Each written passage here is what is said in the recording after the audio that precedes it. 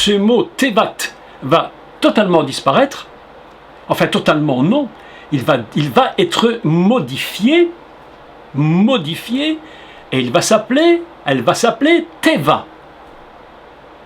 Alors, comment comprendre Tevat? Pour comprendre le mot Tevat, il faut savoir que c'est un mot, il y a plusieurs mots en hébreu qui sont très intéressants, dont la première lettre est un Tav et la dernière un Tav.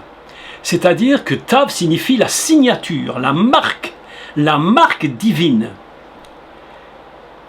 Et au milieu de ces deux Tav, il y a une lettre hébraïque qui est le Bet, ou le Vet.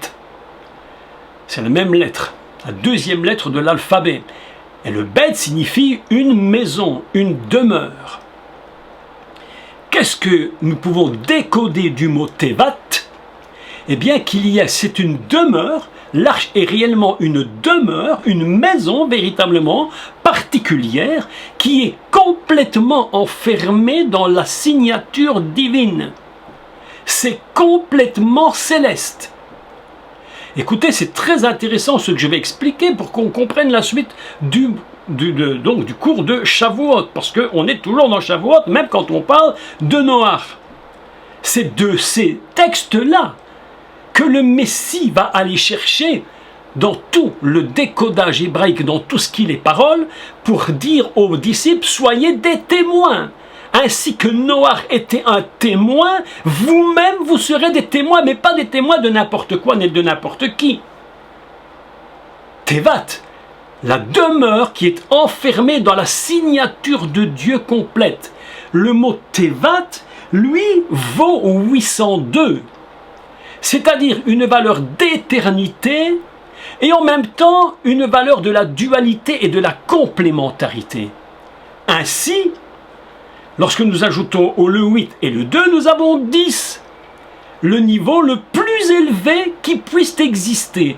Autrement dit, quand Dieu dit à Noach, écoutez bien le secret du texte, lorsqu'il dit « fais pour toi », donc construis toi-même, comprends pour toi, fais pour toi une Tevat, mais non pas premièrement ici-bas. Parce qu'avant que tu la fasses ici-bas, il faut d'abord que tu la fasses là-haut. Que tu comprennes qu'elle n'est pas d'ici, mais qu'elle est d'en haut.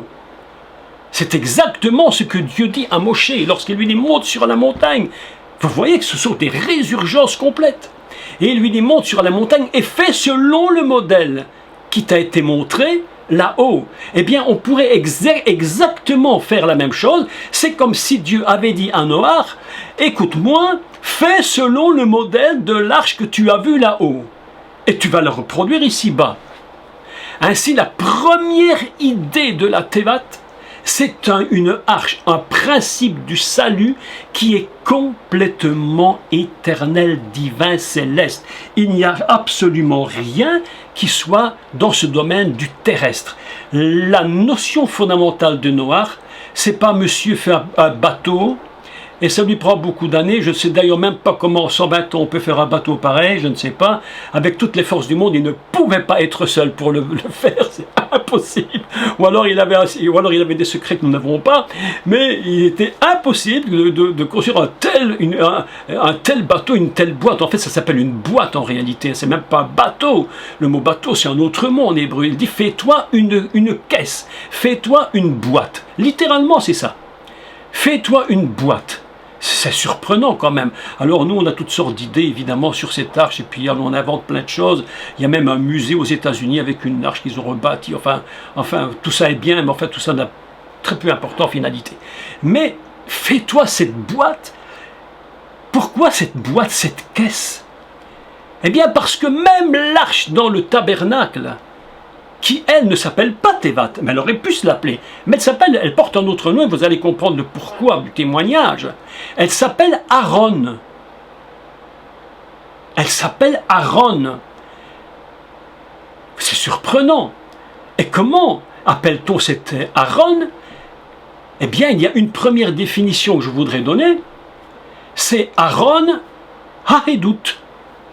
La boîte, l'armoire, tout simplement. En hébreu, Aaron, c'est une armoire. Vous voyez qu'en français, on a beaucoup sublimé les mots. Mais en réalité, elle dit, fais-toi une boîte qui sera la boîte du témoignage. Une boîte qui contient du témoignage. Donc, voilà que Noach est en train de se bâtir pendant 120 ans une boîte, un bateau, disons-le comme ça, pour pouvoir sauver l'humanité. Les codes de Torah sont tous repris pour le jour de Shavuot, pour le jour de Pentecôte, pour le jour de la fête de Kippour. Puisque Dieu dira à Noach, tu l'enduiras de bitume, et le mot utilisé, c'est le même mot, la même racine pour l'arche, que quand il dit tu couvriras l'aron, donc l'arche dans le temple et dans le tabernacle. Tu mettras un couvercle dessus. Et ce mot bitume, en réalité, c'est couvrir par la grâce. Vous imaginez le texte. Couvrir le bateau par la grâce, mes amis. Lorsque il dit tu mettras du bitume dehors et dedans, et alors le mot c'est fort parce que c'est à l'intérieur de la maison, tu la couvriras de bitume, c'est le mot exactement la même racine que la grâce qui produit la fête de Yom Kippour, c'est-à-dire le grand pardon. Mais ce pardon, c'est ce que l'on retrouve évidemment au jour de Shavuot. Puisque la première chose qui se produit à Shavuot, c'est l'humanité, c'est le peuple qui est présent et qui se donne au Seigneur et qui profite du Kippour. Et pourtant, si Shavuot, c'est pas encore Kippour. Tout ça pour bien vous expliquer qu'il n'y a aucune fête qui soit individuelle. Chaque fête contient en elle toutes les autres fêtes. Pessah contient les 6 fêtes qui suivent. Et lorsque vous arrivez à la fête de Sukkot, Sukkot contient les 6 fêtes qui précèdent. C'est un ensemble indivisible, indivisible. L'humanité entière est touchée par toutes ces fêtes. D'ailleurs, une petite particularité, écoutez, c'est absolument formidable, une petite particularité de nouveau hébraïque. Il faut comprendre l'hébreu, il faut le lire et il faut décoder. Je vous explique. Shavuot, c'est la 4e fête, d'accord ? Les 3 fêtes, les 3 premières, Pessah, la fête des Pessolovas, les prémices, 4e Shavuot. Si vous reprenez le 4 et que vous le projetez sur la création, les jours de la création, nous arrivons au 4e jour. Et qu'est-ce qui est créé le 4e jour ? Le soleil. Dieu dit qu'il met le soleil, la lune, les étoiles. En réalité, le soleil, la lune représentent les codes que Dieu utilise pour parler des fêtes de l'Éternel. Lorsqu'il parle des fêtes, il utilise le même code que le 4e jour pour dire attention, remarquez bien que ce que je mets dans l'espace du ciel, en réalité, ce sont toutes les fêtes, toutes mes fêtes. Autrement dit, lorsque le soleil se lève, tu sais que le Seigneur est en train de produire le salut. Lorsque la lune se lève, tu sais. Et les fêtes de l'Éternel sont basées sur un cycle lunaire. Pourquoi un cycle lunaire ? Oui, c'est des choses que je rajoute. C'était pas prévu, mais elles sont intéressantes. Pourquoi est-ce qu'on rajoute sur les fêtes lunaires ? Parce que la lune, mes amis, écoutez bien ceci. La lune, sur laquelle est basée les fêtes, ne possède pas de lumière. Elle n'est que le reflet du soleil. Ainsi, les fêtes de l'Éternel ne sont pas véritablement elles-mêmes dans leur structure, la source même. Elles sont le reflet de quelque chose de bien plus élevé. Et ce qui est bien plus élevé, c'est la réalité divine. C'est ainsi que nous comprenons que la première boîte de Noach s'appelle Tevat. Elle est complètement céleste. Ainsi, vous voyez que la source même de Shavuot trouve sa racine profondément inscrite, profondément enfouie dans Noach. Et d'ailleurs, c'est tellement impressionnant que Noach, ça signifie le repos. Shabbat signifie pas le repos, par contre. Shabbat signifie cesser, arrêter. Mais Noach signifie le repos. Et lorsque tu retournes le mot Noach, tu retrouves un autre mot hébreu qui est chen, qui lui signifie quoi ? La grâce. Ainsi, nous constatons que Shavuot En réalité, c'est quoi? Ben, c'est la source, c'est Noach. La source de Shavuot, c'est Noach. Et de même que Noach a donné un témoignage absolument formidable sur ces générations qui étaient là, et je ne rentre pas dans tous les détails, ce serait vraiment trop long, de même qu'il rend ce témoignage, Yeshua lui-même, devant ses apôtres, devant les disciples, il va les envoyer, ils sont 120, et il leur dit, soyez mes témoins, d'accord? Soyez mes témoins. Donc, nous allons maintenant expliquer selon le code de Torah, parce qu'il faut faire un code de Torah pour comprendre.